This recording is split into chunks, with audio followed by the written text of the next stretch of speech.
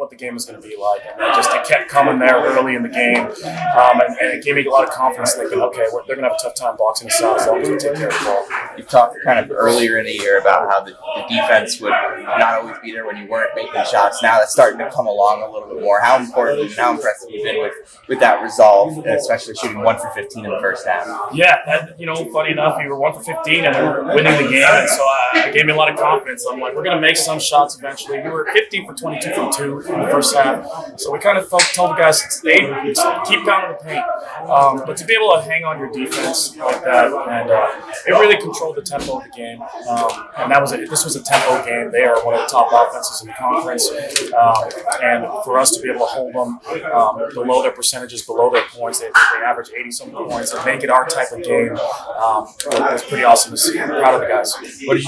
What did you like about the way that your zone was kind of keeping them away from their spots to the arm? It felt like they kind of got the baseline once or twice, but not often. The whole scout was no threes, and obviously Castro being out, it became more about no threes. And so sometimes against these guys who are running around, all these shooters who are running around, sometimes the zone, we found that it works, especially with our length, because you're kind of just guarding an area and you're able to get a great contest on most of the threes. And so, for the most part, I thought we guarded the three very well. They still made 10, but then we turned them over a bunch. We got some steals that led us out to transition, and we were getting some deflection. I just thought our length really bothered them. Yeah, I felt like there were some spots on the floor where if they got it there and you forced them and had the right spot, it was kind of an automatic turnover. Yeah. What did you kind of do to try and funnel them into those spots? One thing that you're seeing with our zone is that the more you play it, the more you start getting fingers and start getting deflections on the ball, and that's what's showing up. It's hard. We're guarding areas,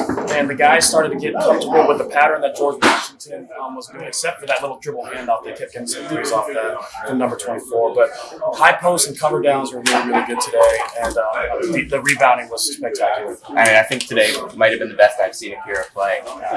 Hit some shots, had some big energy plays. What did you think of the way he played? Just that somebody said that last game about Akira, and somebody said that 2 games ago, so I think we're seeing that Akira's trending in the right direction, comfortable playing all the positions, really understands the scheme and offense, both at the 3 and the 4, and he's becoming a matchup problem for other teams a little bit because he can crash the glass. So really proud of him. And really proud of Day for kind of carrying us there when Christian was out. And then Jack, responding after maybe not his best game last game, responding with a double-double today is big time.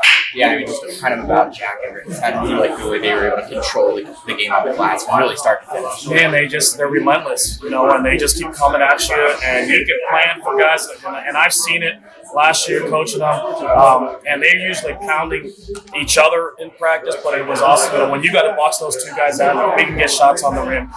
It's really hard. They're both nationally ranked offensive and defensive rebounders, and that was really the game today was winning the rebounding count by nearly 20. Thanks.